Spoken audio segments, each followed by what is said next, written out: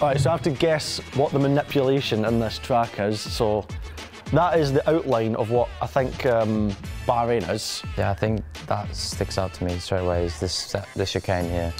It's not really a chicane anymore, it's more like a wiggly worm. The chicane is not really like this. Here. Is it? Yeah, is it the S's? Yeah? Yes. There you go. So... Oh, now you got the answer. Oh, yeah. So, Turn 4 doesn't look like that. It is a lot sharper. or the changes here. Shows where the manipulation is on the picture too. You have to guess where it is. You can't see it. Oh, okay. Yeah. But now you know that one. Okay? Yeah, I knew from before anyways. This turn 4, it does not go like this. The obvious one for me is, of course, the starting sector 2. Normally you have a straight, then you go into the chicane, but it's been edited, so am I correct? As all, yes, I am correct. We are in Jeddah at the moment, and oh my God, that looks like a track from like the 1960s, you know, when they was racing on the highways and all the way back then. That looks crazy. Where even is the main straight here? Is it? Oh, here. turn 1, because it looks like it's a right-hander instead of a left-hander, so. Turn 1 is not like this. Turn 1 is going right-left instead of left-right. That was easy. The pitch straight is way longer. The chicane's been inverted through the first sector. Okay. I think it's T1, because that's not T1. The first chicane goes the wrong way, I think. So I think this is the area that is wrong. Is that turn 1 then? It's turned around. Oh. Oh. I was like, what is going on? Okay.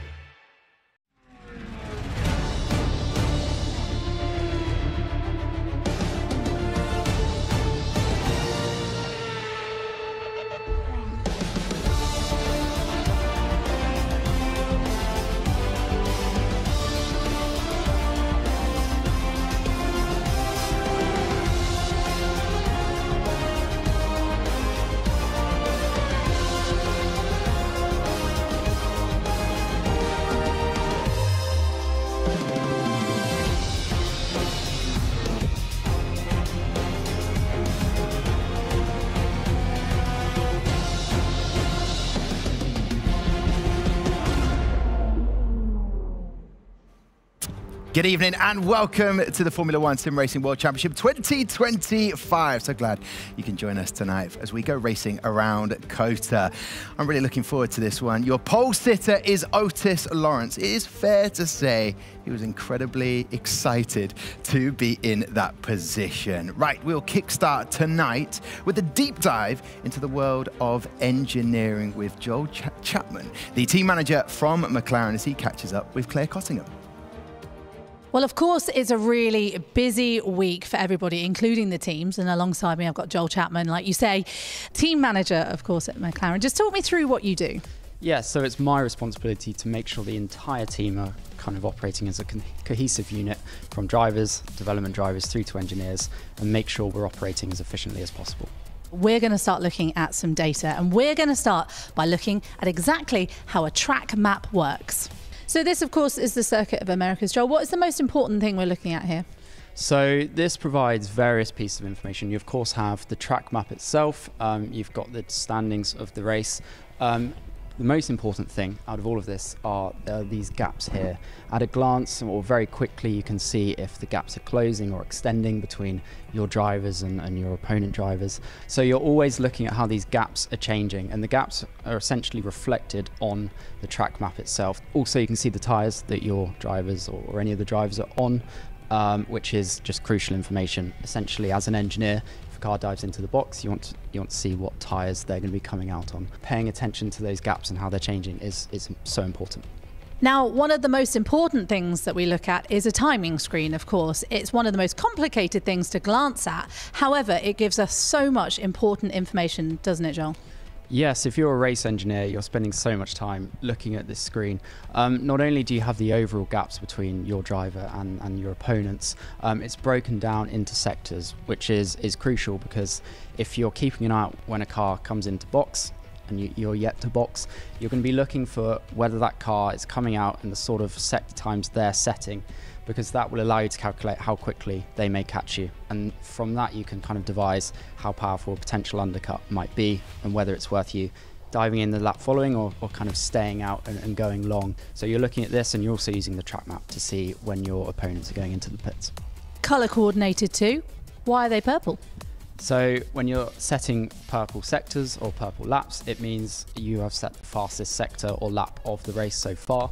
So it effectively allows you at a glance to see when driver is pushing, when they're using a lot of their battery, or simply when they've come out on fresh tyres and they're able to just set really fast laps. Now, of course, we couldn't talk about racing without talking tyres. Now, this is 25 laps into a race. Joel, how important is a map like this?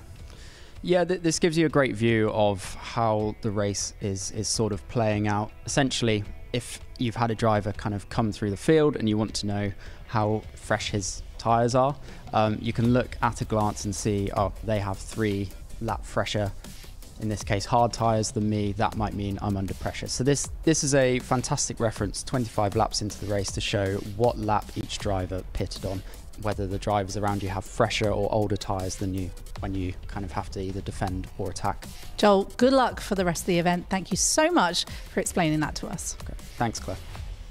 Thank you so much to Claire Cottingham to get that chat with Joel Chapman, the team manager of McLaren, just to assess everything, give us an understanding of that. An understanding that I've gathered from Event 2 is how much fun it is to work with you, Alex Jakes and Matt Gallagher. It has been so exciting. I don't know if you feel it. I feel mixed emotions coming into the last race of Event 2.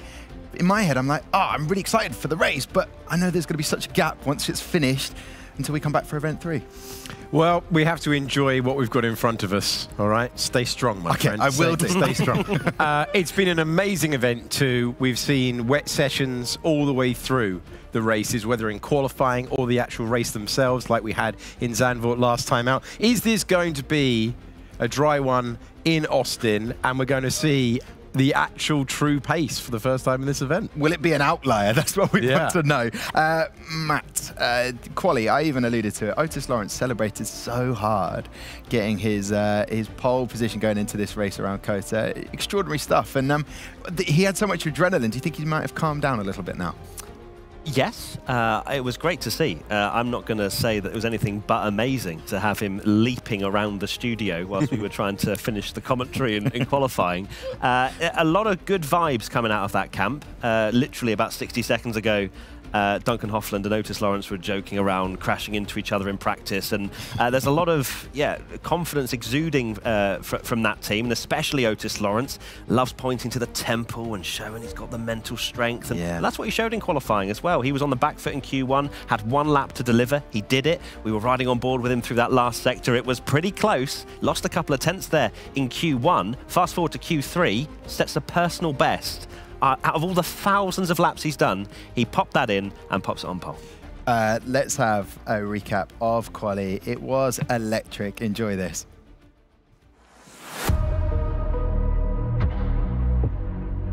P2 starting on the grid is obviously great. I would have liked to get pole, but we're looking good for the race. I think the pace is looking fantastic yet again, and we'll see how the race brings for us. Here we go, Ron Hart. He's been electric in qualifying and given himself a great opportunity for a handful of points. Thomas Ronhaar continuing his consistency of placing it in the top 5. It's Pookie, Manley, Blakely, Ozelderum and Hoffland who fall at the second hurdle. You can see the disappointment writ large on Lucas Blakely's face. Yeah, obviously my goal is to finish first. And that's my only goal I have for the race, so just got to try my best out there. My rivals are behind me, so that's obviously a good start, but in the race anything can happen, as you've seen in many races, so yeah, I'm looking forward.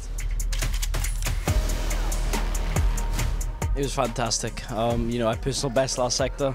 The first million weren't the greatest part of the lap, but I'm so full of adrenaline, I really don't know what to say, but I'm very happy and let's focus for the race. Barry Burman trying to take provisional pole. He's got it! But Otis Lawrence is as well. And he moves ahead for Aston Martin. Let's go! Let's go! Fantastic, you've got pole position. Otis Lawrence is roaring because he's taken pole position. I got P1 in quali, that means I can get P1 for the race. How can you not love sim racing right now? Make sure that you follow us and keep in touch with the conversation on F1 esports. Ronha the Cautious, that's what everyone is referring to him Everyone now. being three of us. Yes. Yeah, 73 points, 3 podiums. He's looking for his third podium in a row. And that cautiousness is giving him that opportunity to do it. It could be his first ever win. And also potentially for Otis Lawrence, because basically the old guard of Jarno Opmeer and Freddie Rasmussen and Brendan Lee back in 2018 are the people who have won round here. It would be an amazing thing for Thomas Ronha and really cement that place as trying to get his first ever championship. Yeah, a win today would be massive because it all sounds a bit medieval king, doesn't it, with Ronha? You had Ronha the aggressor in event 1, and now you've got Ronha the cautious. But will he switch that up at the end? If he does take the win today, he is going to be closing in on that championship lead, and he would have put 3 podium finishes back to back to back. So Ronha the aggressor, Ronha the cautious, and maybe Ronha the champion. Yeah, it could be happening. There you go. Yeah. Beautiful. Matt, we see some of those former winners. We've had some incredible races around here. Maybe Jarno, maybe Freddie, and it'd be an amazing opportunity for Red Bull to put some more points in the constructor standings for both of them to get a third win around here. Yeah, a decent qualifying for Red Bull standards for both drivers. If you look at the championship this season as a whole, they're in the mix for sure. Jarno Opmeer probably left a little bit on the table. His Q2 time was right up there to be challenging for pole position in Q3. But he didn't manage to get as close as perhaps he would have wanted. But at the same time, pole doesn't really mean a huge amount in this series, as we've kind of learnt. Yeah. Just being in that sort of top 7, top 8 gives you a chance to do something with the strategy. And I can't wait to get underway for the final race of this event. He didn't drive fast enough. That was Brendan Lee's words. We've put him alongside Freddie Rasmussen for a head-to-head. Let's see what he had to say. To beat Rasmussen in Texas, you have to play him at chess before. I know he likes playing chess. You have to dominate him on the chessboard, get in his head, and then you'll be able to beat him on the track. And he's not alone, because Brendan Lee chucking the Kick F1 esports car up the inside, and as they take the triple right-handers now, Brendan Lee committed as he now looks to try and take down the reigning F1 sim racing champion. Last year in Kota, I think I had a good qualifying, and then I just stayed in P2 the whole race, I think, and then overtook them the last lap. Down now towards turn 12, the Great Dane ushers in the overspeed working for him. Barry Burman knows he's in trouble. Rasmussen's got him. He leads. Freddie, to be honest, is such a complete driver. I think the best chance to overtake Freddie is at the end of the back straight and to really use your ERS and the overtake button plus with the DRS combination, get side by side with him. And typically with Freddie, it's easier to go up the inside of him than it is around the outside of him. One powerful Great Dane who on this day, the final day of event 2, is going to round the final corner. It's a magical number 3. To beat Brendan on Kota, I need to have a good qualifying because it's hard to overtake, and then I need to finish ahead of him in the race with a good strategy. Can you tell anything about your strategy? No. Freddie Rasmussen and Brendan Lee. As you can see Brendan Lee in your picture now. Not the event 2 he wanted, had some rig issues, shaft problem, also not being able to be fast enough in quali, but he knows what he has to do. And Freddie Rasmussen, your winner around Silverstone, and bring in a bit of banter, which we don't often see from Freddie Rasmussen. Hoping the best for him today. McLaren, I want to just talk about them for a second, because Please do. Lucas Blakely has not been his event, your winner in 2022. It must be very frustrating for him. They were your championship team there with Wilson Hughes, the third driver, aka the GOAT. Lucas Blakely. You can't. It doesn't make any sense. Can't roll quali into the race without any context there. But Okay. Anyway, so Lucas Blakely posted an upside down emoji. That's how he feels right now. It'll be now's the time to sort of get a bit of a result for him to give him that boost to go into event 3. Yeah, massively needs a result. Trying to play himself into contention again. He had that points finish, but it's been a tough time for him really, and it's never nice to see with former champions not being able to compete at the front. But at the moment, he's not missing much, but he's missing some time out there, and it's costing him. Okay, starting in P10 will be Alfie Butcher, your winner around Spa. Matt, in terms of tyre strategy, to try and maximise the amount of points he could possibly get from this, maybe get a podium, tyre strategy is going to be so important for him. Marcel Kiefer's probably put this together. Marcel Kiefer, it's a shame from graphics department because I wanted to see what Matt was going to say. Well, yeah, the thing is, right, you know, Marcel, I went with his suggestion once, and then 19 drivers went on the wrong tyre compared to what he had suggested. So, medium or hards, We've says forgotten right there. Spa. Yeah, it's a long time ago. A long time ago. But for Alfie Butcher, you mentioned, he's off the back of a Q3 session where he invalidated, so he starts P10, which is not good for him, but it's still in a position that he can do something. Of course, the mediums or the hards, it's not a huge discrepancy between the two of them. Of course, you want to try and go on the attack towards the end of the race. We see that so many times. The undercut not really working probably since Australia, I think, with Danny Beresnay. That's true. After that, it's usually the drivers with fresher tyres towards the end and then utilising that long strategy and stint at the start and just being as efficient as possible. I don't know why I feel so emotional, but I'm really looking forward to this. The goats of the commentary desk, Alex Jakes, Matt Gallagher, really enjoy this one around COTA.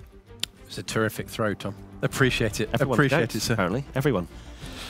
Here we go. Let's see whether we get a race to match. It is one of our favourites. Austin, well, just outside actual Austin. And a wonderful racetrack with bits borrowed from around the world. You stick it all together, 20 turns, final one named for the great Mario Andretti. And this is where we're going to get a defining race in the championship. Who finishes event 2 strong? Who is able to take the opportunity and win the race? We're going to find out in a few moments' time. Joni Tourmala's at the back. Next up is Joris Krozen. They're on the back row of the grid.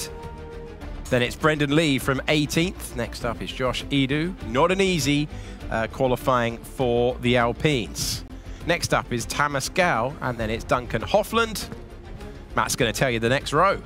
Am I? Oh yeah, my goodness I me, I was trying to look at the weather. It's Zilderman in 14th alongside Lucas Blakely, ex-F1 esports champion, of course, in 13th. And then Tom Manley in 12th. And Alex is going to tell you 11th onwards. Thank you very much. We go to Q3 and we find out who made the top 10 shootout, including Alfie Butcher in 10th place, Alvaro Carreton for Williams in 9th. Danny Beresnay finds himself in 8th place, returning to the cockpit today. Jarno Opmeer in 7th. He was disappointed with his second run. And Nicolas Longuet, he said top 6 around COTA, fine. He is confident for the race. Ismail Fassi found his best lap at the end of the session. He'd been on the back foot, nearly knocked out in Q1. He starts P5. Our winner last year was Freddie Rasmussen. He denied the man who's alongside him on the grid. That's Barry Burrowman, half a second across the line for victory for Freddie Rasmussen 1 year ago. Your front row is Thomas Ronhaar in 2nd place, and he's already had a win earlier this year, but for the first time in the Sim Racing Championship, starting on pole position, is Otis Lawrence. We now go to our weatherman, Matt Gallagher. Yeah, you've asked for the weather, Alex. I'm still waiting for it to load, my friend. Never mind. I was Never mind. Yeah, We tried. I was looking at it then. It's important to try. Sometimes it doesn't work. This is a crucial race for the championship standings. At the moment, Ismail Fassi is top of the pile. Thomas Ronhaar, driver on the front row of the field, is in 2nd place. Can he get there? You've then got Jarno Opmeer. He's in the mix as well. Here come the lights. 3, 4, 5 red lights at COTA. And we are racing to turn number 1. Otis Lawrence got the launch that he needs, and he administers the chop into the first turn. Ronhaar knew it was coming. How is he feeling on the outside? You've got to leave racing room. Sometimes the outside line can turn into the inside line. Our top 2, wheel to wheel, with Thomas Ronhaar roaring on by and taking the lead. Beautiful move from Ronhaar to take the lead of this race at the Circuit of the Americas. Lawrence won't be too upset about that. Every single driver is on the hard tyres. As you can see, it's dry for now. I'm awaiting to see the weather forecast, Alex Jakes, but right now we're looking forward to a dry, at least first stage, and I will let you know as soon as I've heard more. Okay, down a place goes Lawrence, and then you tick all the way down to Alvaro Carreton, who's demoted Danny Beresne down to 9th place. Pookie has gained a position. Driver he passed was Alfie Butcher, and then Brendan Lee made a couple of places, at least he did for a second. El Zeldarim trying to get him back. Let's see what happens into the braking zone. You're looking for the black and green car, and El Zeldarim keeps the position. We go back to the front of the field. Thomas Ronha searching for a win for the first time this year. The best he has scored all season is second in China when he went on to the last lap of the race in a thrilling battle with Jarno Opmeer, who was able to pick his braking, deploy his energy and keep ahead. That's the closest he's got to a win all year long. I've spoken to the weathermen on the ground, and it's not going to be wet according to their calculations, which means we are looking forward to a dry race around this wonderful circuit. DRS will be enabled shortly, and I just have a good feeling about this one, Alex. At the end of event 2, the drivers want to finish this event on a high, but they can't all do that. It's absolutely true. There's the overcast conditions that we've got. The track temperature at 32, 23 degrees ambient, and the rain will stay away for one round of event 2, and it allows the drivers to start thinking about the strategy. These laps about getting a rhythm, punishing a mistake if a mistake is made in front of you, but already the thoughts, Matt, will be ticking towards what they're going to do later on. This is Barry Burman. He is our most recent race winner. He's our only multiple winner of the year. He triumphed in Bahrain, and he triumphed last time out in the Netherlands in wet conditions and a thrilling drive to hold off our championship leader. If this is the first time you've ever watched the F1 Sim Racing World Championship, the first few laps might well be polite. Okay, this is how they settle into the race, but I can promise you, elbows will be thrown, and many of them. Of course, as you can see there, by the time intervals between the drivers, every single one of them will be within DRS of each other. No damage to report either out there, which is really important for these drivers to settle into this one, the last race, as we say, of event number 2. We are well past the halfway distance now of this championship. We've had many opportunities for drivers to take a lead in this driver's standings, but none of them have taken the opportunity. Will this be the time that Ronha leaps to the front? Well, he's leading this one at the moment.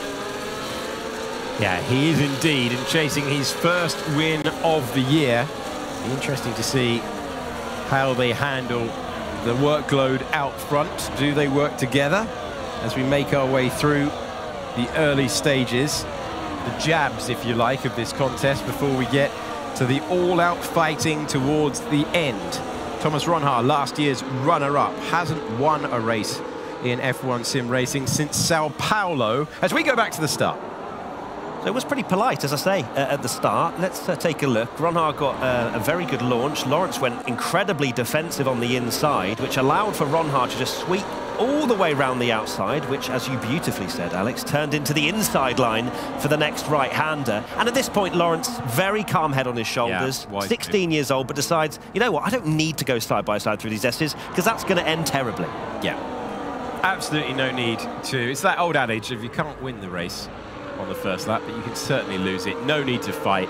And the traction off the corner, giving the race lead to Ronha. Most important thing for everyone in the top 5, just a clean start to the race.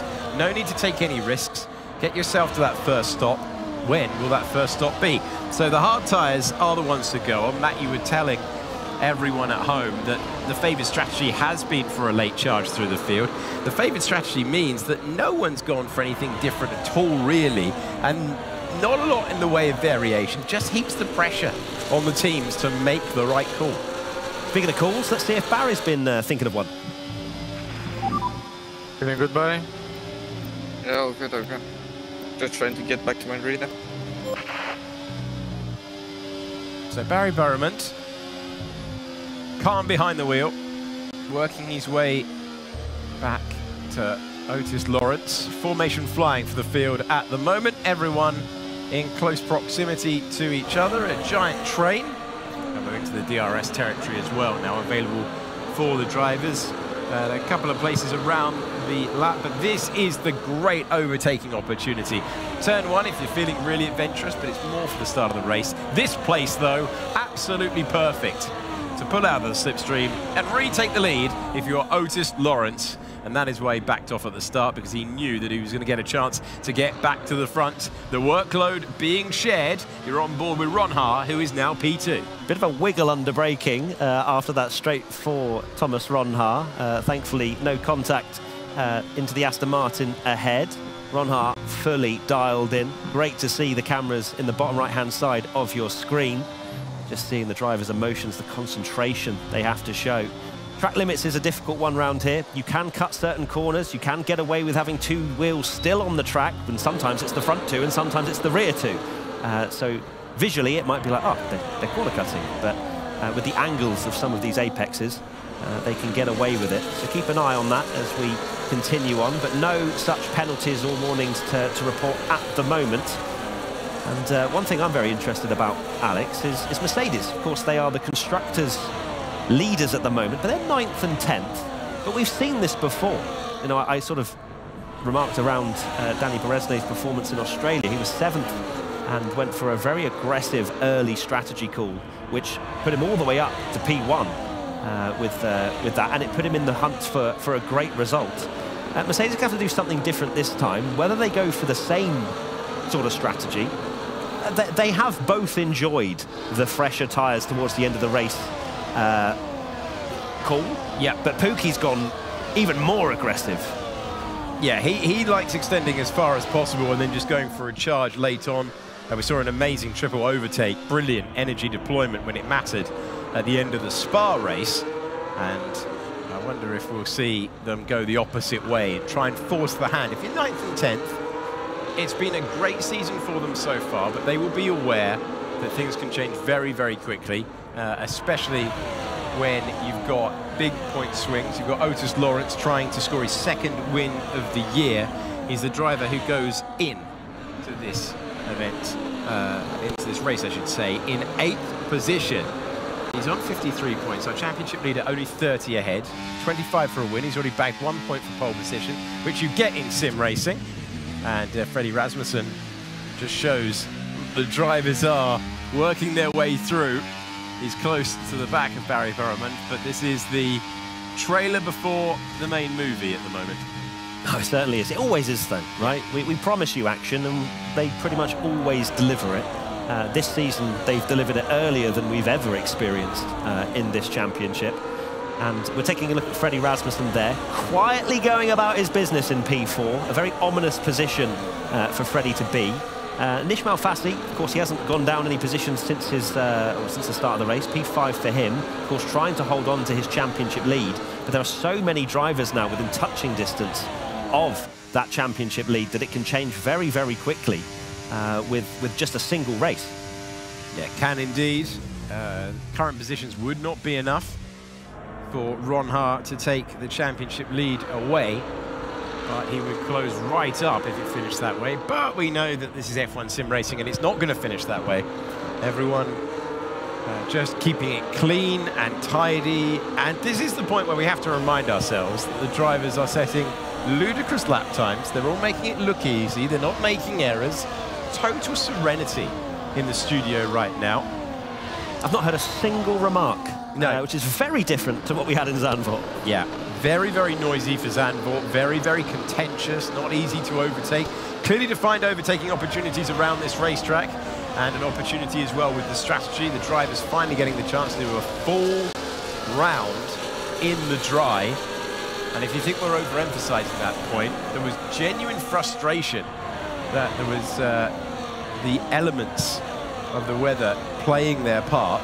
Barry Burman getting ever closer to Thomas Ronhaar as we build up. They're all on the hard tyres, so we're in for quite a long first stint. Of course, going to the softer rubber with the fuel burnt off allows you to attack a little bit more on the next compound. That being said, though, the window for them to actually pit is quite large. We've seen that across this whole season, that we do tend to see quite early stops to the softer compound of tyre, even before halfway. So let's keep an eye out on that, because I feel as though there will be a few drivers that want to make a move, and one of them is Thomas Ronhaar, but Barry Burman wants to get involved as well, Alex. Big moment now, because this is not after you, this is nose to the inside, trying to take 2nd place. Thomas Ronhaar got by, Barry Burman gets to 2nd place for the moment. And was the wheel banging there between the Ferrari and the Aston Martin? Our pole sitter is down to P3, battling out front for the major positions, right when we were saying that they were thinking of the long game, and there was a big moment of contention there. Let's hear from one of the contenders for the race win on the radio. Do you see any chance to push him a little bit to see if you can pass or not? No, not really.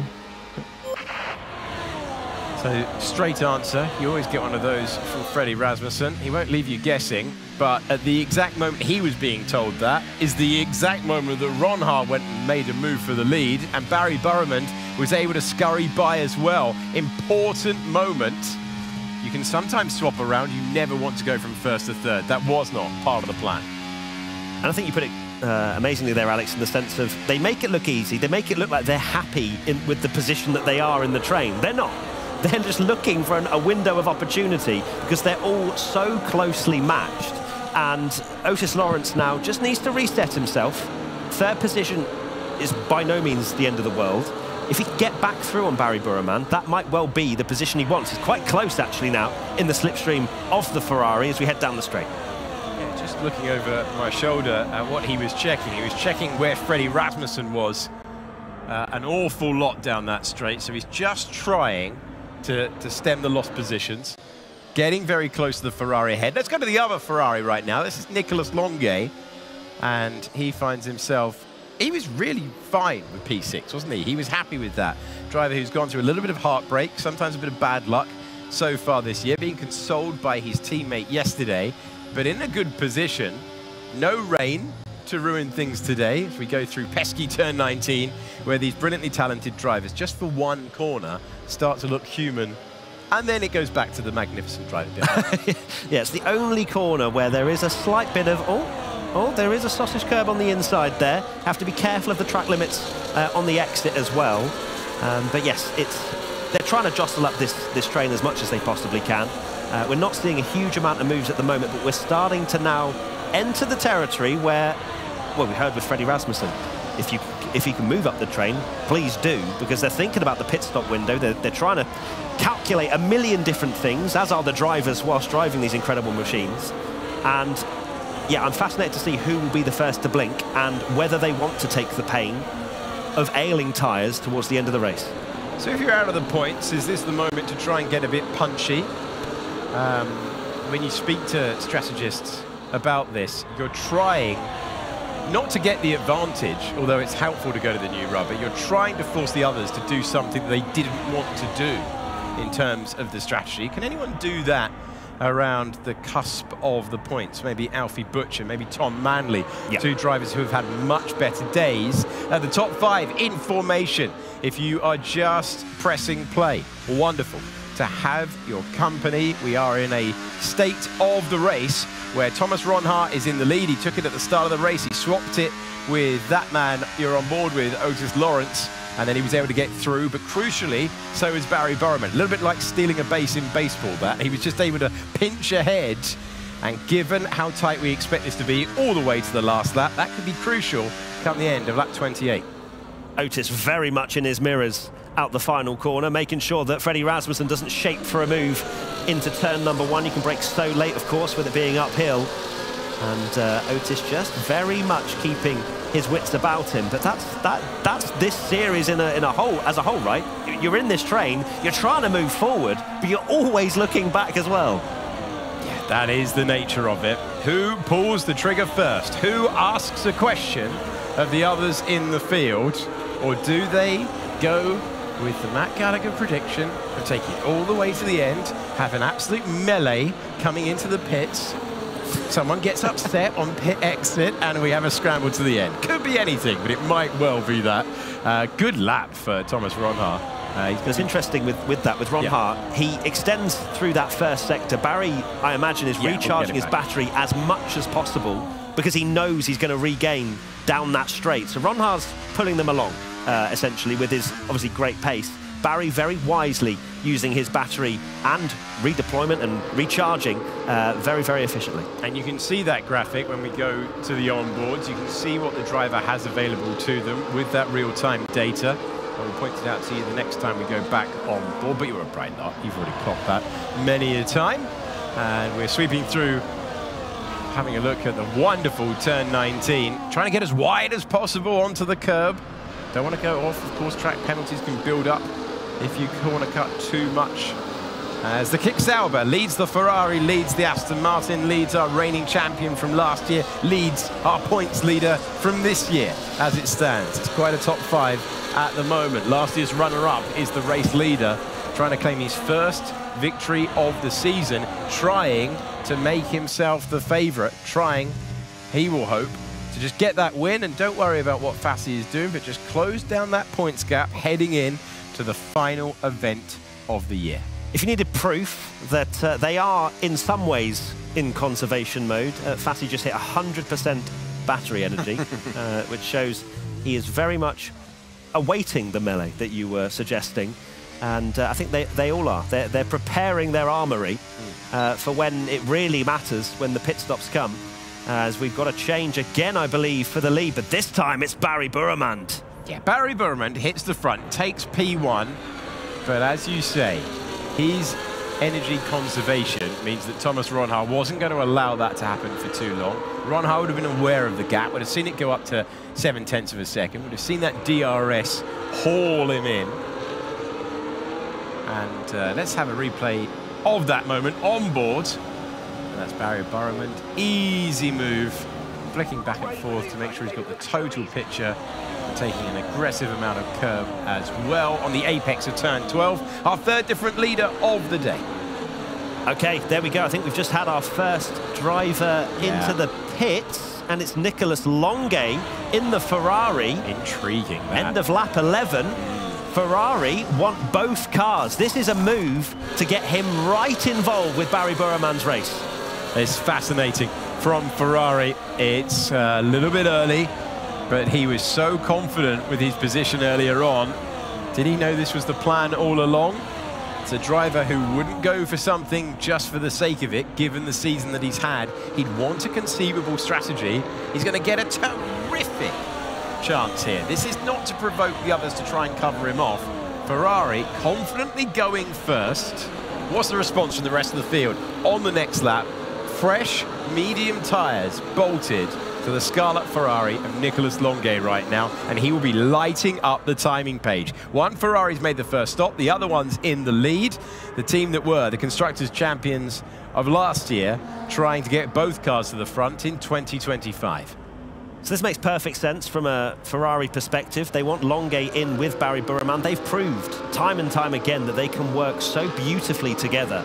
And if they can just get that track position for both of them to work together, they can defend themselves together. So this is going to be interesting who comes into the pits this next lap. I'm fully expecting some of the drivers to, as we are into the last sector.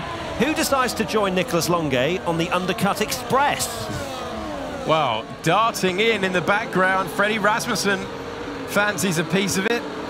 And Barry Burmand as well darted in, made that late move. We didn't see that full frame, but he's made that late move in. Freddie Rasmussen as well. So Ferrari going for Longuet first, and then Barry Burmand coming in. And Freddie Rasmussen has got out.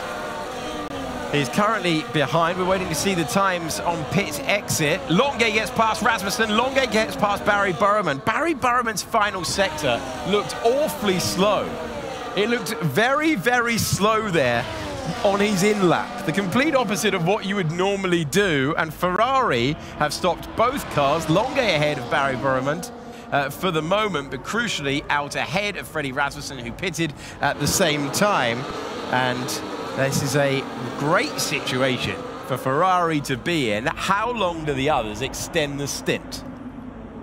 This is exactly the same thing we've seen in many of the races in terms of whether you want to get the pain, or the gain, sorry, now, like the Ferraris and Freddie Rasmussen are taking, or later on in the race. No surprise to see both the Mercedes still out there. Jarno Opmeer, of course, loves this strategy too. So we're going to get a lot of overtaking. So you know how we keep promising you that it's simmering, it's coming. This is what happens, right? We don't have all of the drivers on the same strategy like we have had in this first stint. They've all got the same tyre life. That won't be the case when we head into the second half of this race. Ron Haar having a little waft to the pit lane. Am I going in? No, I'm not. As he peels back. So they're going to extend again. There's going to be a significant tyre offset. Alfie Butcher's come in, mirroring the Ferraris. So Freddie Rasmussen finds himself right behind Barry Burman. Nicolas Longuet leads that train, having gone to the tyre first. Fastest lap of the race, as you would expect, on that fresh medium tyre as well. Going to be a big offset between those currently out front to those who have the net race lead. This is really interesting now, because Longuet and Burman and Rasmussen are going to be in a 3-horse race for now. How well can they work together as a 3 to secure first, second and third? Yeah. I think that Longuet and Burman will be breathing a sigh of relief that it's Rasmussen with them, a man that has so much experience, so many wins. He knows exactly what the mission is here. So these 3, they're going to have to make this count. They're going to have a gargantuan lead once these drivers come into the pits. But it's, can they hold on?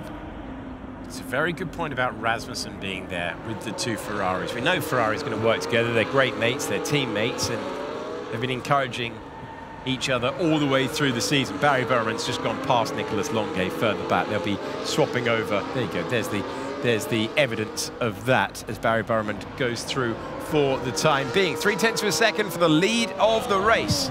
Otis Lawrence trying to win his 2nd race in his F1 sim racing career, as peeling in Jarno Opmeer comes in for his stop.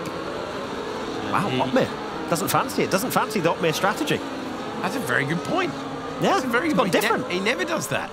Well, they must really feel that it's working, and they want to get him part of the train. So is this a confident call? Ferrari going early with both cars. Sauber staying out there. Aston staying out there. Championship leader is now up to 3rd. You're on board with Freddie Rasmussen. Getting very, very racy into turn 1. Just to give you an idea of how quickly these 3 cars are going, they're 5.5 seconds off the back of the train. Yeah. So they are flying out there. They are, but if they carry on at this pace, rapid pace that it is, and the others stay out there, and you know, they're going to be praying that they're going to come into the pits by then. They will have to make some moves. Yeah, they're going to have to make some moves, and they're obviously going to have a massive tyre advantage. But there are certain parts of this track where even if you have a massive tyre advantage, there's nothing you can do. That's very, very tight between Lawrence and Ron Haar, and they're side by side, wheel to wheel, into the switchback section. They're fighting at the moment. You don't want to be fighting. Sounds ridiculous, doesn't it? You don't want to be fighting. Every single time that you force a compromised lap between the pair of them, and they are on a compromised lap because of that moment, you are allowing the Ferraris into play. This suggests a pit stop for Ron Haar as we now have more battling. Rasmussen getting ahead of Nicolas Longuet. Can he make it stick? Huge speed. Got to be careful here. The race is on the line. Into turn 19. Stand back from your screen. Ah, he got it. He got it. What a brave move into one of the hardest corners of the racetrack. Meanwhile, coming into the pits, a key moment. We've got Otis Lawrence has come in, and Ron Haar as well. Yeah, Ron Haar has gone in as well. That was a great move for our reigning champ. It really was. So Freddie wants to be in between the 2 Ferraris. The reason why we saw battles with Ron Haar and Lawrence was exactly that. They were coming into the pits that lap, so they wanted track position. It didn't make sense to battle too much, but of course, if it's your in-lap, then you want to get that because you know you're going to come out into the pack. Ron Haar's 17th at the moment. Lawrence is 18th. Barry Burman, our net race leader, is up in 11th. But yeah, Rasmussen fighting there because he knows the Ferraris are going to work together so well. He doesn't want to finish 3rd, Rasmussen, especially with where he currently is in the driver's standings. So it's a wise decision from Freddie, so he can get himself in the mix. Danny Bresnay, Svan Pukki working together, swapping over as they go. Yeah, I suppose there's nothing you can do to avoid a battle if you've got the DRS. You can't just sit in the wheel tracks because everyone's so close to each other. But that's a compromised in-lap when both Ron Haar and Otis Lawrence, and it is still Ron Haar ahead of Otis Lawrence, need efficiency to cruise up to the back of those who stopped earlier on. And looking at the gap now, Barry Burman finding himself 2.7 seconds away from Joni Tormela. So the point I was making as was basically, if you catch a slower car at the wrong part of the racetrack, like the sweepers at the start of the lap, you're going to be on their pace until you get to the hairpin. So it's not as simple as slam dunk overtakes, even when you've got such a massive difference in time. Ismail Fassi has come in from what was the race lead. He'd stayed out a very long time.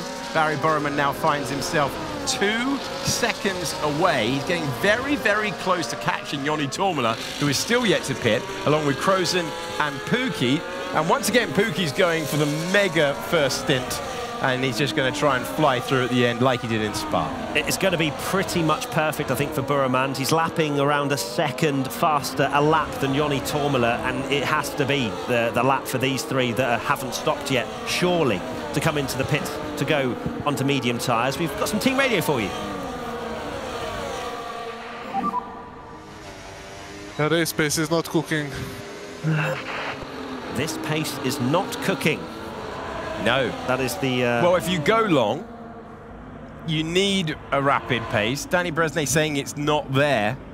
Does anyone have more pace than the Ferraris? Does anyone have... Nice move. Keep going. Does anyone have more pace than Danny Beresnay? They didn't qualify brilliantly. They've not looked like they've been in the same form as earlier races. Yeah, Beresnay, so he didn't like the pace, and he said, OK, Fassi, I'm going to take the lead of this train. So moves himself up to P13 for now, does Danny Beresnay.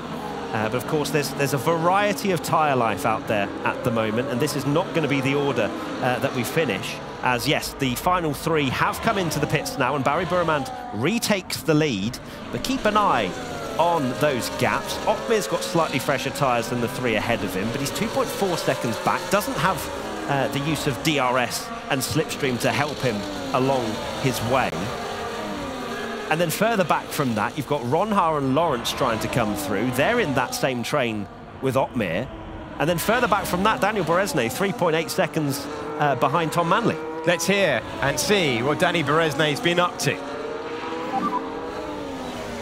I don't think this is good timing, but I have to.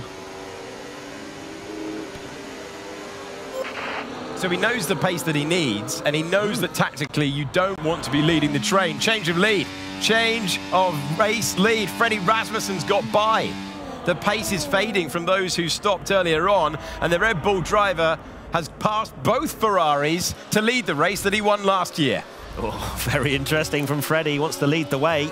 But as you said earlier, sometimes you're close enough with DRS, you need to pass them anyway. Otherwise, you'll come under threat from the driver behind. So Freddie Rasmussen leads the way. Thomas Ronha is up to P5. Yeah, Butcher's got a penalty that he's currently holding on to. Remember, in-game penalties can sometimes be removed. We do have independent stewards that will review everything. So we'll have to take that one with a pinch of salt. But Ronha making some good progress now. And it's Otmir versus Ronha for P4. Here we go. Don't have history. This is going to be interesting. It always is between these two. One Red Bull out front in the lead, the other one in 4th position. Good pace from Thomas Ronha. Last time around, more than half a second quicker than the pace of Jarno Otmir. Can he make use of that? Can he get through the field, close up the gap, and win his first race of the year? That fresh rubber, by extending the first stint, is going to be crucial. Also, Otis Lawrence, if he wants to play a part of it, he's got to clear Alfie Butcher. Butcher comfortable defending, though, as we saw yesterday, time and time again. So right now, Ronha is absolutely in the prime position. He's got much fresher tyres than Rasmussen, Burman and Longay ahead, and he's about to pass Otmir as Burman takes the lead as well. So Barry Burman into the lead, and there you can see in 4th position, Thomas Ronha is able to get past Jarno Otmir, and Ronha stuck to his guns, didn't panic when Ferrari took the net race lead by going earlier on, but have they been playing it tactically? Have they got plenty left in the tank? The one thing Ferrari would want to do is have track position right now. Sauber trying to win their first race of the season. The 4-lap fresher tyres for Ronha is what I've calculated on this lovely little tyre chart that we've got. And that is a huge advantage with a handful of laps to go. There's a decent amount of time, as we see a replay there of a couple of different position changes. It's Ferrari, Red Bull, Ferrari, and then you have Thomas Ronhaar in the Kick Sauber in P4, but Ronhaar will be feeling very good indeed in the cockpit right now. P4, and the top three needed a bigger gap than what they have. Yeah, you could see that when Freddie Rasmussen was giving them the hurry up, that he wasn't happy with the pace that was going on. We speculated whether they would work together, and in the end Rasmussen felt that he had to go past both of them. Is there anything in the locker for Longuet, Rasmussen or Barry Burriman? Oh, look how visibly he closes under braking. Thomas Ronhaar, who started this event saying he was P nowhere in both qualifying and the race, is about to be P3 on the right tyres at the right time. It's a move for third. It's a move for the lead. Freddie Rasmussen back out front. He goes past Barry Burriman, but the danger man is Thomas Ronhaar. Really good progress from Ronhaar. Longuet just doesn't defend. He knows that he's not going to be able to keep Ronhaar at bay. There's a move! Otis Lawrence getting very, very close with Jarno Opmeer, and Opmeer stays ahead for the time being. But this is crucial as well. The driver, is that moment where Barry Burriman got by going to cost him? It's been fine margins out of the pits. He got out just behind Alfie Butcher's McLaren. And now Jarno Opmeer is the driver ahead. Otis Lawrence and Thomas Ronhaar stopped on the same lap. Opmeer trying to get past Longuet. Lawrence trying to get past Opmeer. Yeah, so Lawrence needs to make the same progress that Ronhaar is having if he wants to win this race. They're on the same tyre life as Thomas and Otis. But Lawrence is down in 6th at the moment. He needs to dispatch of Jarno quickly because Ronhaar is going to be all over the back of Burriman, I would imagine, down this next straight. Well poised on lap 21 of 28. Looks for all the world like Ronhaar should hit the front, but can Otis Lawrence clear the cars to make it a two-car battle out front? Once again, Thomas Ronhaar's almost pushing them through, and Freddie Rasmussen knows the deal, trying to break the toe on the long straight down to turn 12. Thomas Ronhaar desperate to try and go past both of them, doesn't know which way to go. But he goes around the outside of Freddie Rasmussen, or does he? Barry Burriman takes the lead of this race, and now he's in the middle. He's been Ronhaar the cautious for all of the last few races after the fireworks. Oh, they nearly made contact. Oh, he's nearly into the back of him. 3 cars scrapping, 2 with old tyres, 1 in the box seat to win the race. But can he cleanly pick his way through? It's turning into a true fight out front between Burriman, Rasmussen and Ronhaar. Pass or be passed. That is the aim of the game right now. And it felt like Barry Burriman wanted to try and help Freddie in some ways there, because he knows if Ronhaar gets into 2nd, he's going to be easy pickings. So he needs Freddie and the Red Bull to stay in 2nd, but the Red Bull's having a look. And he tucks back in. Late braking move. Is he going to make the corner? Is he going to get past? He'll keep his foot in, but it's a traction race. And it's going to be Thomas Ronhaar, surely, with the better move off turn 1. And he takes 2nd place away as we fly into the sweepers. Huge, potentially race-defining move for Thomas Ronhaar. Yeah, beautiful move once again for Ronhaar. Up to 2nd place now. And he'll be thinking, I'll take the lead on this lap. He's got the tyres to get the gap as well and to defend this lead, it feels like. Burriman trying very hard indeed to extend the gap. And we head once more down this straight. I felt there was a move being shaped a little bit further back. I believe it was Caraton and Butcher changing position. You can see they're side by side as we continue on. And it's also Jarno Opmeer having a look at Nicolas Longuet. Was the car in picture?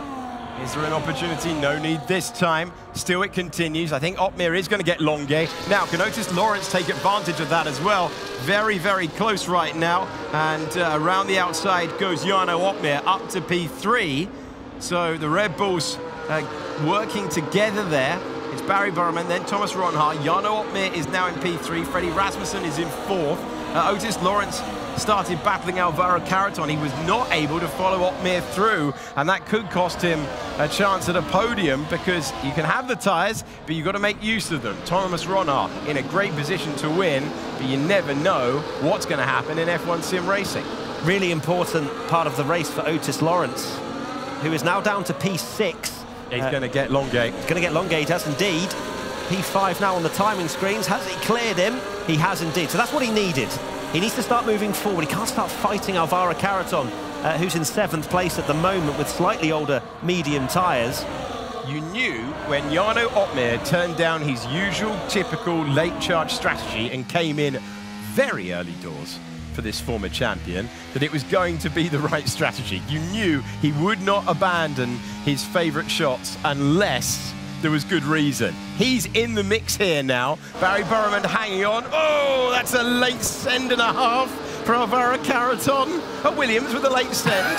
Yesterday and today, it didn't work. This is for the win. This is for the lead. Thomas Ronhaar takes P1 at the second of the Americas. And he's in a great position to win his first race of the championship.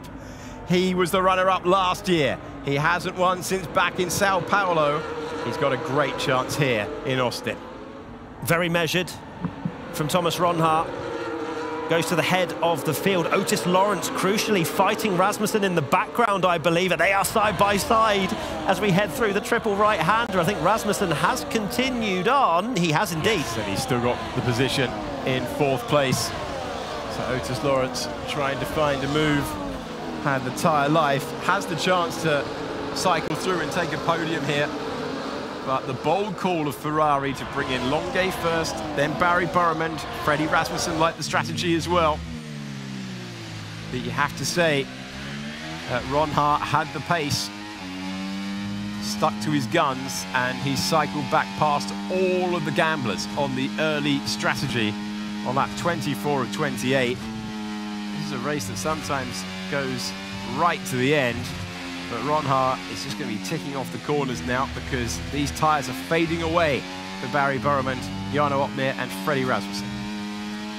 So Jarno in slightly better position than his teammate and Barry Burriman, and definitely more so than Nicolas Longuet, who was the first to blink and come into the pits to try and get track position, right? But if he falls any further than 6th, he'll be thinking that maybe wasn't the right call, because I believe that's where he came in from. As Barry Burriman with DRS still, despite the tyre advantage that Thomas Ronhaar has, the gargantuan straight that is offered to Barry Burriman with a slice of DRS as well gives him a little bit of hope to maybe send one on the final lap. He won't want to lead before then, but I think Ronhaar will be comfortable enough at the moment, knowing the tyre lives around him, that he would feel like he can stay in the lead on lap 28 of 28. The Drivers' Championship coming into this race where we had Ismail Fassi. Oh, side by side in the background there. Fassi and Butcher, I think that was. Yeah, and this is why, because Fassi's got to get on with it. He's got to be able to make moves fairly quickly. You've got Alvaro Carreton in 7th, Fassi in 8th now. Alfie Butcher has been cleared with that penalty hanging over him. And I think Danny Bresnay is going to get through as well. He does get through as well. So Fassi's got to minimise the damage right now because Ronhaar, joint 2nd in the championship along with Jarno Opmeer, both of his closest rivals for the title, ahead of him right now. Absolutely. Butcher falling like a stone now, down to 11th after being side by side with Fassi. He's lost a couple of positions, one of them being Danny Bresnay, who was not happy with the pace whatsoever. And despite him having one of the freshest set of tyres in the field, as Butcher picks up another penalty, he's not making the progress for the constructors' leaders, Mercedes. Right now, they're scoring 2 points. They've not had the feel, have they? They've not had the car responding in the way that the others have managed. Certainly not from what we've been used to. Top 3 still in close proximity. What can Jarno Opmeer do here? Fresher tyres than Barry Burriman. Burriman, a master of keeping the tyre alive, even when you think it's gone. His win in Bahrain earlier on showed us that. Duncan Hoffland and Lucas Blakely side by side. Late lunge from Blakely to try and stay ahead. And Alfie Butcher was racing Duncan Hoffland there. And Duncan Hoffland getting ahead. Lucas Blakely, the lead McLaren now. On board, P3, current podium, going the way of Jarno Opmeer. Opmeer will want to dispatch a Burriman, that's for sure. And then it'll give him a potential opportunity on Ronhaar. But what we're seeing right now down the back... Butcher gone off. Butcher is down to 20th, yeah. So there's a flash of a yellow flag momentarily. Something has happened to Alfie Butcher. He wasn't in the points anyway after falling a few positions, so it's gone from bad to worse for Butcher, who not long ago was celebrating a victory. As we have a replay here, yes, so he was he tagged? So we're only catching the end of it. He was in close proximity with Hoffland. behind his teammate as well, but turn 19, sending him to the back. He's got the penalties, multiple penalties hanging over him. But yeah, the moment there, just putting the lid on a tough day for him behind the wheel. Lap 26 of 28 right now. So Longuet's pace has fallen off a cliff, sadly. He's actually lost DRS to the top 5 and a position to Caraton as well. So Longuet's decision to join the undercut crew, as we have a move there. Ismail Fassi now going past Longuet. The undercut just hasn't worked. It has for Barry right now, and it's secured him a pretty decent result. Same for Rasmussen, but Longuet hasn't been able to hold on to those tyres. 1 lap older, of course, than Burremand and Rasmussen. But Longuet, yeah, these are points that Ferrari absolutely need. Yeah, they really do. Can Barry Burremand store up that energy, deploy it all on the run out of turn 11, and try something audacious? He's on lap 27. The gap goes up in this first part of the lap, but he's able to stay within DRS. The fact that he's even got a chance here is mighty impressive. Got much older tyres. Certainly is. Penultimate lap of the race now, and my feeling is Ron Haar has saved, if he possibly could, 101% battery, to be honest with you. I think he's saving as much as he possibly can going into that final lap, and we're not seeing that from a visual perspective down the straight the last few laps, but let's see. We're riding on board with Ron Haar. Look at that. He's got all the energy and more. 90-odd%. He knows exactly what's coming. The onslaught on lap 28. But Barry Burremand's not got the tyres, I don't think. If anything, I think he's going to be looking behind at Jarno Opmeer on this final lap. As beautiful camera work to just turn to Jarno Opmeer like that, who does have slightly fresher tyres. It is definitely a 3-horse race. Freddie Rasmussen has the same tyres as Barry. I'm not sure he'll be able to do much, and he won't want to. It's his teammate ahead of him. But can Jarno move forward? So a few questions hanging over the top 3, who have all had super encouraging races from their point of view. We started the day with Otis Lawrence at the front. Is currently in 5th place. I wonder what might have been. The Williams have swapped over, as you would expect. The Drivers' Championship, Ismail Fassi has got past Alvaro Caraton. Efficient race for Fassi to try and minimise the damage. But Thomas Ron Haar in a great position here to usurp Fassi at the top of the standings. We're on to the 28th and final lap of the race. Ron Haar on his way to a first victory of the season. Yeah, look at the gap he had over the line. He was really pushing to extend through this first sector to not give Burremand any chance whatsoever. This is where his tyres will really pay dividends. The medium tyres of Ron Haar, 4 laps fresher than Burremand. It's 3/4 of a second for Ron Haar, and this is really the only opportunity for Burremand if he can get anywhere close. But I have a feeling Ron Haar might well have this covered. Well, we're coming to the end of event 2, and Thomas Ron Haar did the hard work, stayed out, whilst the others were lighting up the timing page on the new rubber. Look at him deploying all that energy. It was nearly 90 before the lap. It's almost 0. And all of that effort in lap, out lap, staying ahead of Lawrence, who pitted at the same time as him, working his way through the field. Getting ahead of Alfie Butcher was absolutely key. Further back, Longuet and Beresnay are battling. We are going to get battling towards the end, but there won't be any at the front of the field. Beresnay's going to have the inside line. Beresnay's going to have 8th position. He was overtaking the Williams earlier on, but they're both ahead of him going into the last corners of the last lap. A huge moment for Thomas Ron Haar. He's been cautious, he's had to fight his instincts, but it's been full attack today. Thomas Ron Haar takes the win in Austin, and he climbs to the top of the championship standings with a first win since Brazil last year, his first victory of the season. Barry Burremand in 2nd place. Jarno Opmeer climbed 3 places to the podium. Freddie Rasmussen, a fine 4th. Otis Lawrence was in 5th position. And then it was Fassi, our former championship leader, ahead of Alvaro Caraton, Beresnay, Longuet and Manley, your point scorers. But it is going to be more celebrations, 7 different winners in the 8 races that we've run in 2025. And the newest name on top, our runner-up last year, dreaming of the title. Thomas Ronhaar has taken the win. We said earlier on in Event 2, this will probably be where we see the champion make their move. Will it be Thomas Ronhaar? What a run of results he has had. Third, and first, the last 3 races for Thomas Ronhaar. That is a huge amount of points where some other drivers have faltered.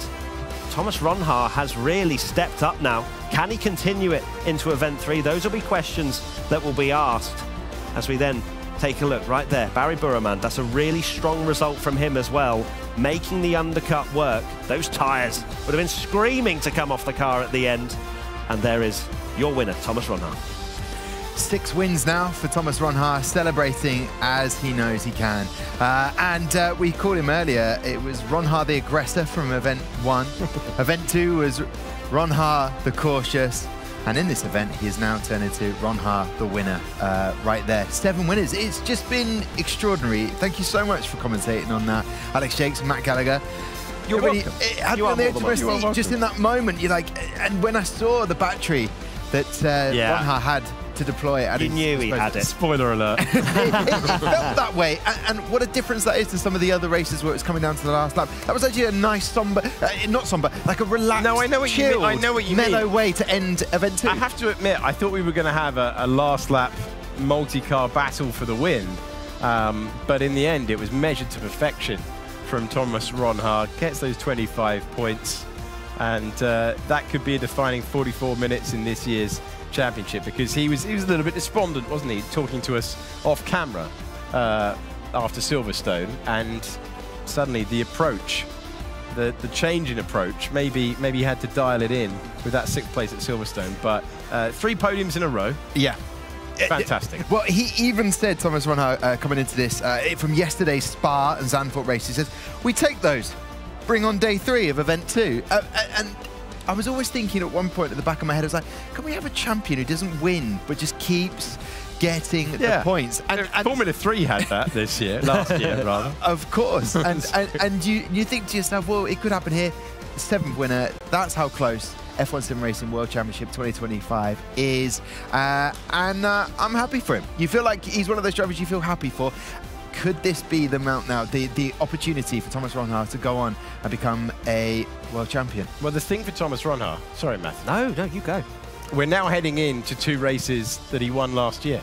So we're now heading into Ronhaar territory at the start. We were in Freddie Rasmussen territory. We were. We're now in Thomas Ronhaar territory. But things can change, obviously, as we've seen. But yeah, going to 2 favourite venues. And what I know about working with Alex Jakes, if he refers to you in your full name, Matthew, I'm in trouble. He's serious about something. Yeah. And he means it. He is sorry. He's very sorry about that. He's not referred to me as Thomas yet, but to be fair with you, some of the things I've said about Marcel Kiefer on our live broadcast is Event 3 happening for me. I mean, we'll have to wait and see with that one. But great race. Mercedes, they've been dominating in the constructor standings, and that looks, I don't know, that despondent a little bit when you see Bono Huis there just behind Istvan Pukki and Danny Berezny. But we will find out a little bit more from those guys, and we will head now to Claire Cottingham, who has Jarno Opmeer with her. Not the fireworks, I guess, we were all expecting just at the end there. And I think it's fair to say that maybe you got a little bit stuck behind some of the people in front of you, but you can be very pleased with the position you've ended in. I'm going to have to say, talk me through that race, because it's been hard to unpick everybody. Yeah, it was not the most exciting end to the race, to be honest. It was really, really hard to get past people in the train. There was a lot of dirty air just before the 2-3 crucial overtaking opportunities. So, yeah, once I got past Nicolas, who was on really old tires compared to me. I think he was on 3 or 4 lap older tires. Yeah, after that it was Barry, who was on 1 lap fresher than his teammate. And that just made a difference. That just made a difference I couldn't get past. It's like 1 or 2 tenths. But if you're struggling so much in dirty air, it's, yeah, that's the difference. The margins were so slim, like you say, and it was really trying to take every single moment that you could on that track. Was there any parts where you thought actually you could get past Barry, or was it very much stuck behind? The only way was to make a big dive home in the last 2-3 laps, but I knew if I did that, then Thomas might have gotten away, and then you're kind of exposed in the last lap to the people that will have the rush. Not to mention, not really worth the risk for 3 points. Of course, if it was for the win, I would have done it, but yeah, it just wasn't the case. So pushed really hard the final 3 laps, and then in the last lap I already had no tires anymore because I was pushing so hard in the dirty air to get close. And you did just mention to me as well that you had a little bit of, I hope you don't mind me saying, because you just mentioned your arm was playing up a little bit through that. What was that like? You're quite physical, these rigs. I mean, I think it's not physical. I think it's just being stuck in the same position for the past 3 months. So yeah, I couldn't really feel my right arm for like most of the race. But yeah, that's what you get if you sit in the chair for 8 hours, 9 hours a day. Especially, you know, when we're in boot camp in the final week before this event, we're practicing a lot, getting the final details together, which in qualifying matters a lot, as most people can see. You know, I think every time I went out in either Q1 or Q2, it was by less than 100. So those details really matter. So yeah, it was worth it. Just finally, obviously, this is the final event of Event 2, final race rather of Event 2. How would you sum up this event so far? Has it been a bit of a roller coaster? How are you feeling? Bit disappointing, to be honest. You know, did score points in every race. I think so. Yeah, I did. So that is important, especially in the championship with how it's going. You know, everyone is on really low points. I remember I was discussing it with someone after race number 6. I think I was the highest on like 68 points, whereas in 2020, after 6 races, I was on 123 while leading the championship. So yeah, that's nearly half. And it's just because from one track to the other, you don't know if you're going to be fast. I think from one track to the other, people are struggling to get the feeling for the game. I heard a lot of people struggle with that. And yeah, it's the same for us. As you can see, you know, in Q2 I was P1 by 1.5 tenths, but then you just don't quite get the feeling right on your final Q3 lap, and then suddenly you're P7, 800s behind P1. So. Well, it's still podium for the final race of the event. I'm going to let you go off now and see if you can get your arm woken up again. Congratulations. Thank you. Thank you. Thank you, Jarno. Let's bring Barry in. Mr. Borreman, hello. How are we doing? That was a bit of a frustrating one for you, wasn't it? Yeah, I mean, I would take it, considering I think we judged the pit stop and the strategy a little bit too wrong. But luckily, I think the pace was amazing. I feel bad for my teammate because obviously in this strategy, already 12 that I pitted was too early, and then he pitted 11, and it was just a disaster. We need to regroup and analyze what went wrong. But nonetheless, I finished P2, still super happy with the results. Started P3, gained a position. Congrats to Thomas as well. Amazing driver, amazing drive. Super happy for him. I think he deserved that win, probably so much as well. But yeah, in general, I think I would take P2 out of this race, that we messed up the strategy a bit, but I think the pace was amazing. But yeah, I mean, overall, a really ups and down season. But I mean, at least we ended up this event, last 2 races, I got a win and pole position, and I finished P2. So there is something that I'm looking forward to keep this, and hopefully I can keep this momentum. And we don't know what's going to happen at the end of the championship. We really don't. We've talked a lot about how open this championship is at the moment. We will speak to Thomas Ronhaar in a moment to get his thoughts on obviously winning. But I just want to touch on the fact that it has been a tricky season so far for you guys, and to end on a win and a second place for yourself, that you must have a little bit of you know, a monkey off your back, breathing clean air. I feel that you're still a bit disheartened, but it is a good position to be in. No, obviously, as I said, I'm happy with P2. You don't know, even if you would do the best strategy in the race, what's going to happen, what would happen, because basically P1, P2 is really, you just can't judge it. You might win, you might become second. But yeah, nonetheless, as I said, I'm happy with P2. Just feel a little bit bad for my teammate. Had a really tough luck this season. But we know how fast he is. We know how talented, how amazing he is. We saw in Zandvoort, absolute championship drive by him. And that's one of the reasons why he is a champ. And again, we're just going to regroup after this event to see what went wrong. Obviously, in the first 2 races, we scored really less points. But we just, as I said, I don't know what to tell. We just need to analyze it and see what went wrong and what was our, weakness, what was our good thing. We just need to analyze it and figure out what we can do. And just finally, we go on to event 3 next at the end of March. Only a couple of weeks away. Are we approaching that in a very different way from Ferrari, or are we going in positively? What's the kind of feeling heading into the final event? Well, obviously, as I said, I don't know. I think, as I said, this season, I think no one really in Ferrari, we as a team, we are really happy with the season. But this is Formula One. It could happen. Could be on the other side. Could be on the wrong side.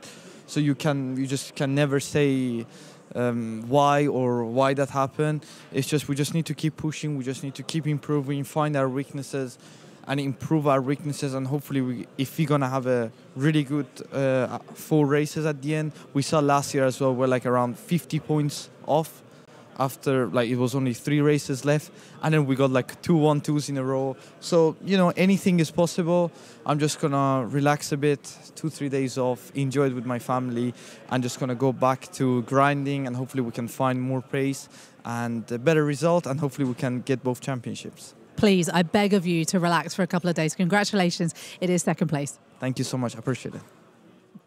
Thank you very much to Claire, interviewing Jarno Opmeer, finishing in 3rd, and Barry Bodeman in 2nd. But to a man, I know it means so much to get across the line and get his first win of the season. Thomas Ronner, congratulations. Thank you very much. Break that race down for us.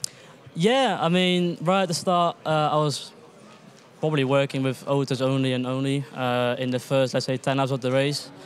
You can see right here, I try to be productive with my moves. Try to, of course, keep the lead when I want to pit first. Try to go a bit longer than people might have expected. Because if you, let's say, follow a team in this case Ferrari, then the risk of getting past them is probably a bit higher than eventually getting fresher tyres and overtake them that way. Because I could, myself, easily get past with the freshening of the tyres and eventually get the move up into first after, well, you see right here, lap 23. I could have probably get a 1 second gap to Barry, but in the end it wasn't really useful because Jarno was on much fresher tyres, and I think the risk of losing the win was probably higher because of Jarno being 2nd than Jarno being 3rd. So yeah, that worked out really well. So those last few laps was very much sort of battery conservation, wasn't it? Yeah. To ensure that you had, I think we saw with 1 lap to go, you had almost 100% battery. Yeah. You knew exactly the only opportunity to lose that was Barry on the final lap down the straight, right? So yeah. Were you confident through most of the race? I know there were some moves there that were pretty daring. Yes. We've been calling you Thomas the Cautious and all this sort of stuff because we have seen that, right? We've seen that side of you this year. So what? 2 questions. One, at what point did you go, I've got this. This is my win. And I'll come to my second question once you've done the first.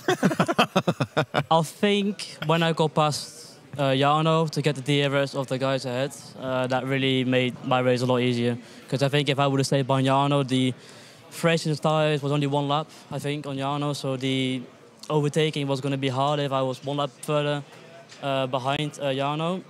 But when I made that move on him, it was pretty much game over because Nico was, I think, a 4 lap all the tyres. And I knew from that moment it was going to be just getting past all of them and try and manage it from the lead. And also try and avoid, let's say, Jarno or anyone within close range of my strategy is to be 2nd, because that could be a risk of losing the lead. But yeah, kept Barry in the DRS, which worked out really well. And the second question is about the mindset. I'm just excited to have Thomas here. He's not been here this season. We've been talking a lot about mindset. Of course, event 1 were learnings. Let's call it learnings. Yeah. Event 2, have you genuinely changed your approach to racing? The last 2 results before this were 3rds and 3rds, and it was quite a quiet race. How would you describe your mindset in this event? I think event 1, I have to admit, the moves I did were, I wouldn't say dumb, but just not needed, put it that way. I did learn a lot with the way I had to drive a race and take some points instead of actually risking it for, the bigger sort of points. But yeah, today I did have to get my elbows out on a different strategy and get some risky moves, especially on like 30 turn 1. You saw if that went wrong, then my race would have been over. But yeah, I think the way I drive, I haven't changed. It's just the way I make my overtakes a bit more relaxed. I think it works really well for me.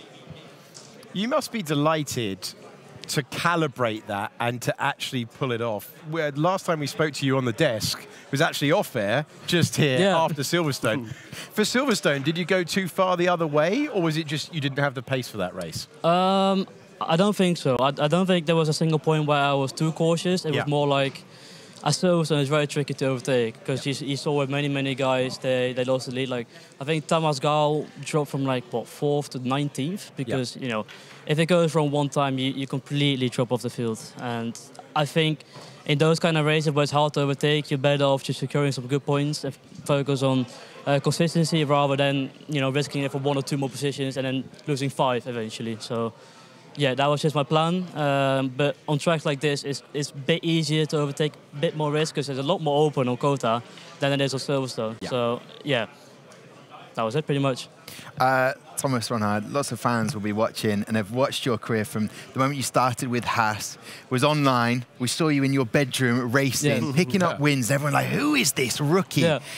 You're so close now in leading the Drivers' Championship. Did you feel that little bit of pressure? Because as Jake said on the commentary, your last win was back in Brazil. Has there been a little bit of pressure? Like, I just need to get that win just to feel like I can breathe again a little bit.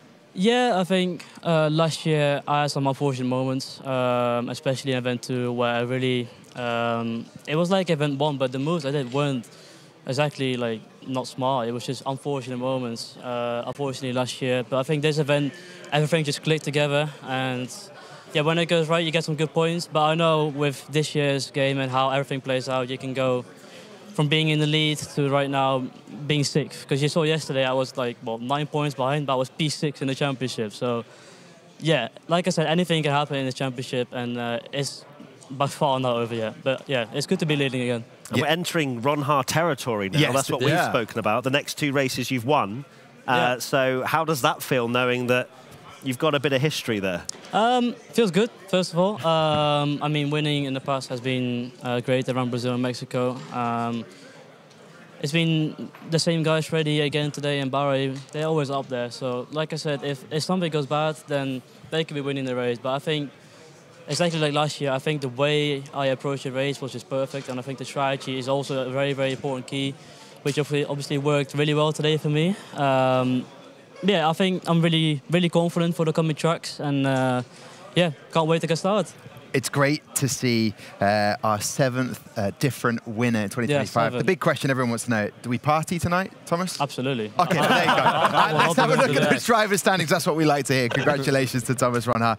Top stuff from him. And we've heard so many teams that we don't party. There's no party. Thomas Ronhard, straight away, no hesitation there. As you see him at the top of the driver standings, he is there with 98 points. What you couldn't see there was me holding out on a fist bump with Thomas Ronhard. Don't do that to our winner. I know. That's it's poor form. It's poor form. Because he said he wouldn't party, isn't it? Yeah. Ismail Fasti, 92 points there in second, and Jarno Watmir. And what I find fascinating from that interview, championship this is. It's so crazy. And with Jarno Watmir, that's his first podium in a little while.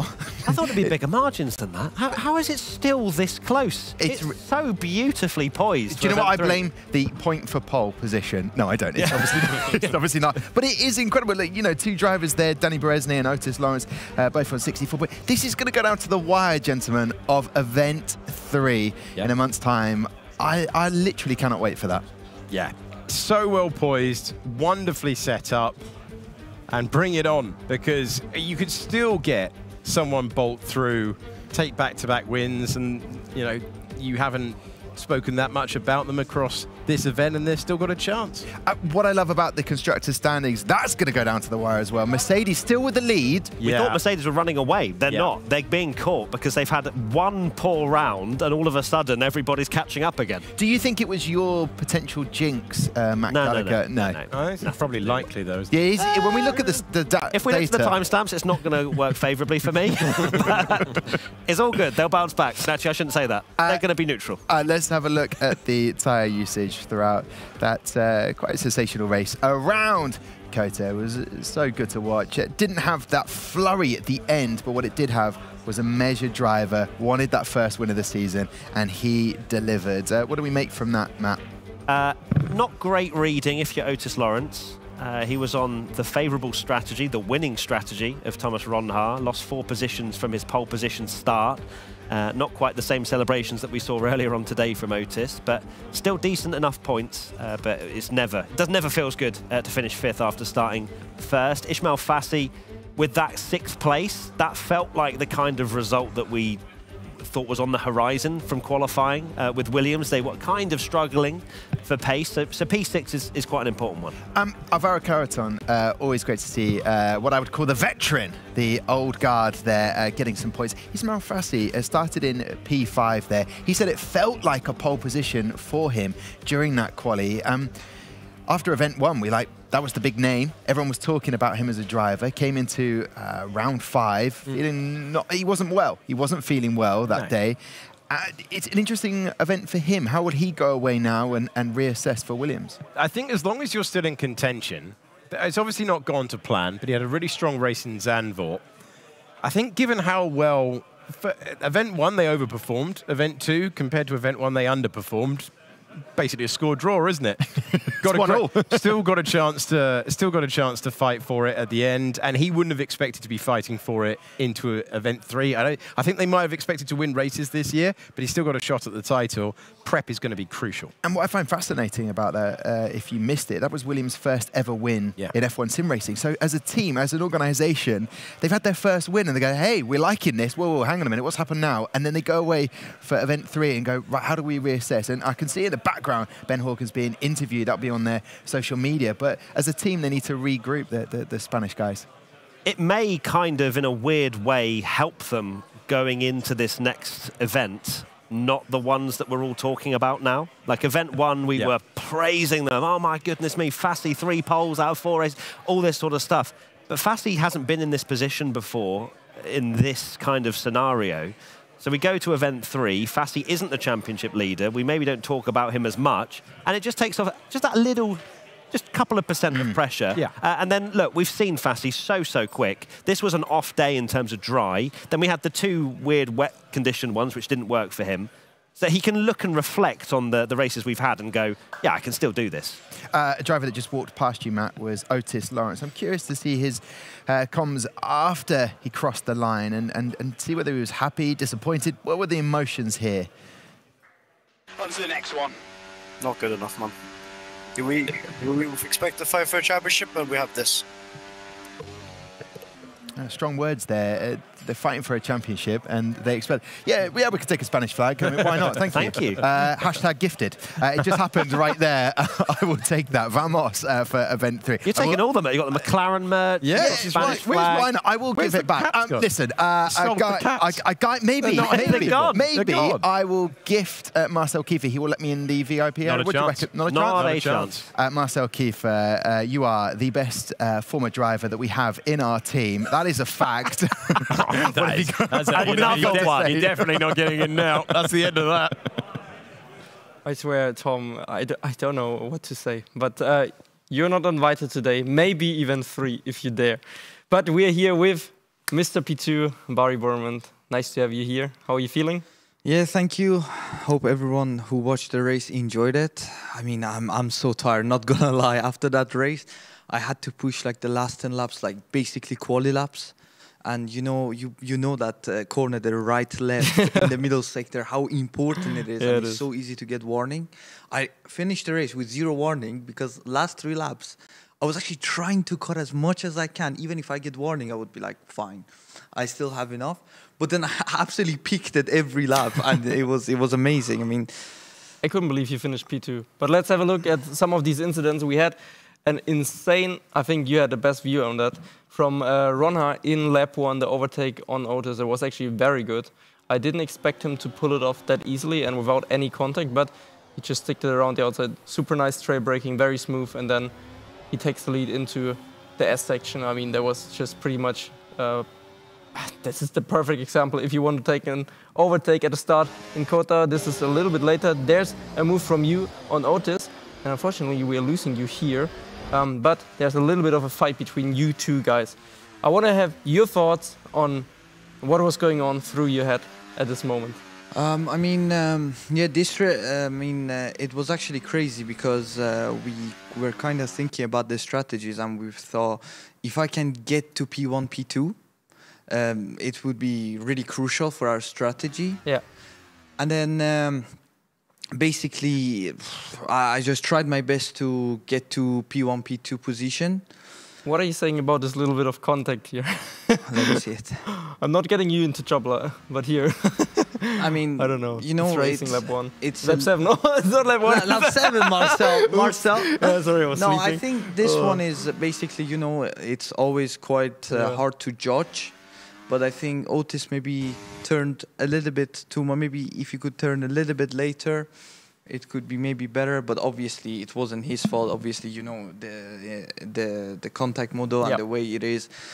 It's just, it is how it is. And you just have to deal with it. Hard basically. racing. Yeah, hard racing. Let's call it hard racing. Okay, then we have our next clip, which is Thomas Ronner on Otis. We see it from the onboard from Fassi because I think this is a great point of view where they are fighting it out. Lap 15. For the lead, yes.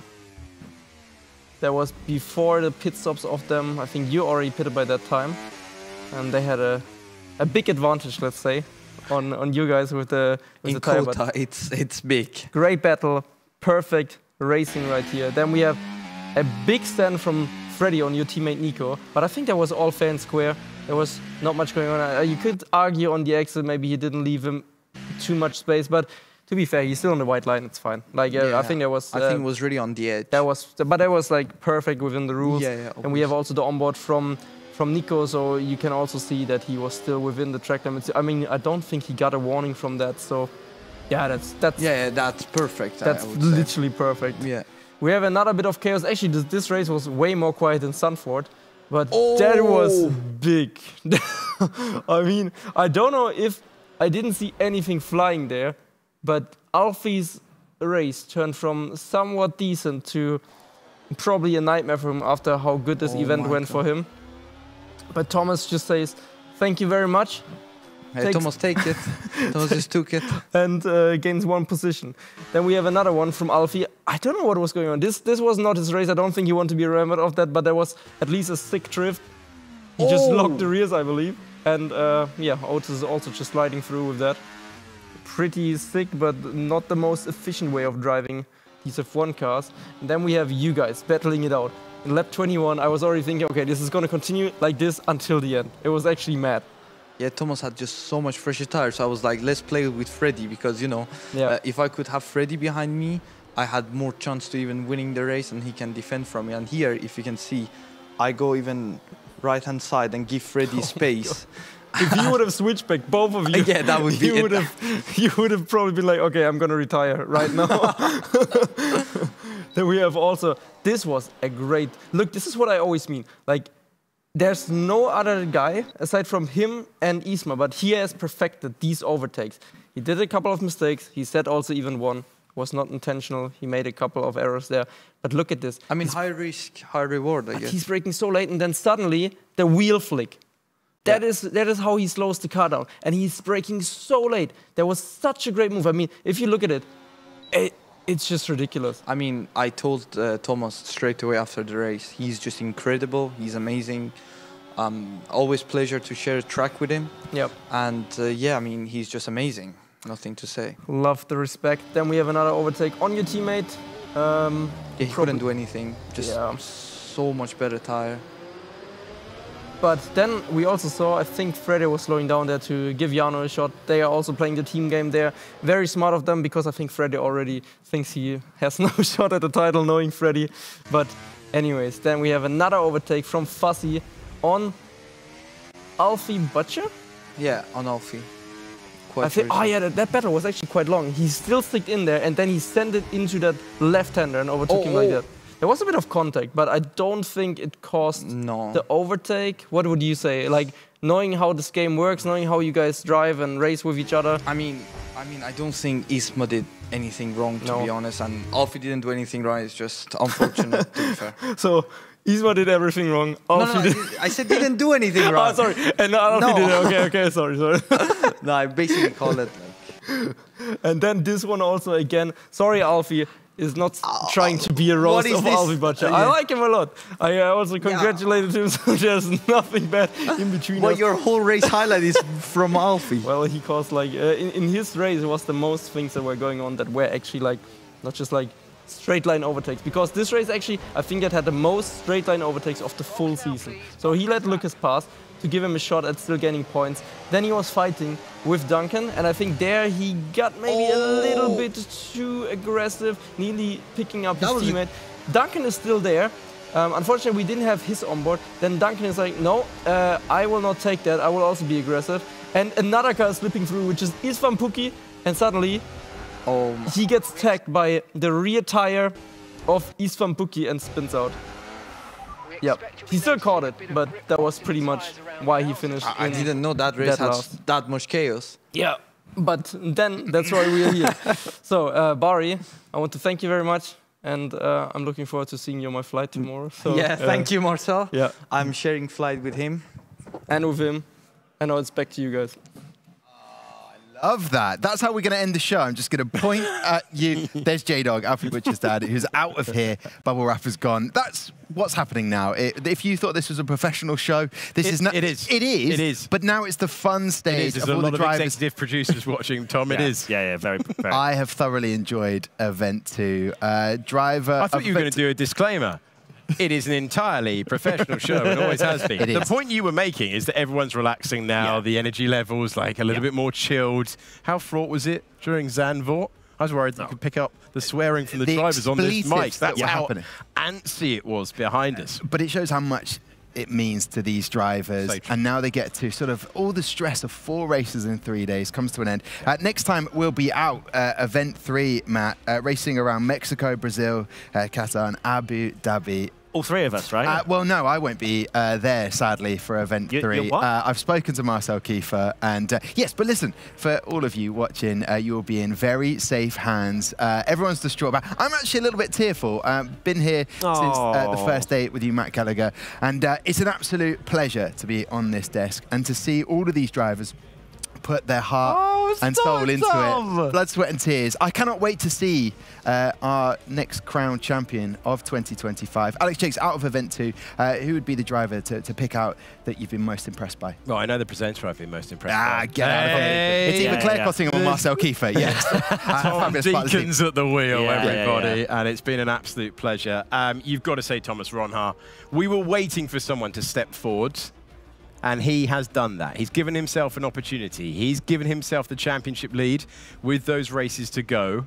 But can he deal with the pressure? He doesn't want another runner-up on his CV. You just don't know who's going to find something, though, into the final event. It's been brilliant to watch wonderful races again. And yourself, Matt, back on the 25th of March to go racing around Mexico. Yeah, look, I have to say Ronhaar as well, because he's the only driver, bar the 3 Mercedes drivers, that have shown a consistent run of form like that.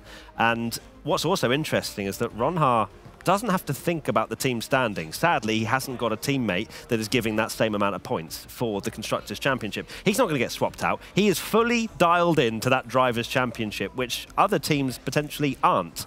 So, look, I can't wait for it. Event 3 is going to be mega. Obviously, without you, I will be crushed, and it will not feel the same. No. But listen, I will just jump in there to say, listen, the team for putting this whole event on, amazing work from them. To you guys for watching, to all of the teams and the drivers, thank you so much. We will see you on the 25th of March. I don't have the Central European times for that, but I'm sure they're exactly the same. It's been an absolute pleasure. We'll see you in Event 3. We love you, Tom.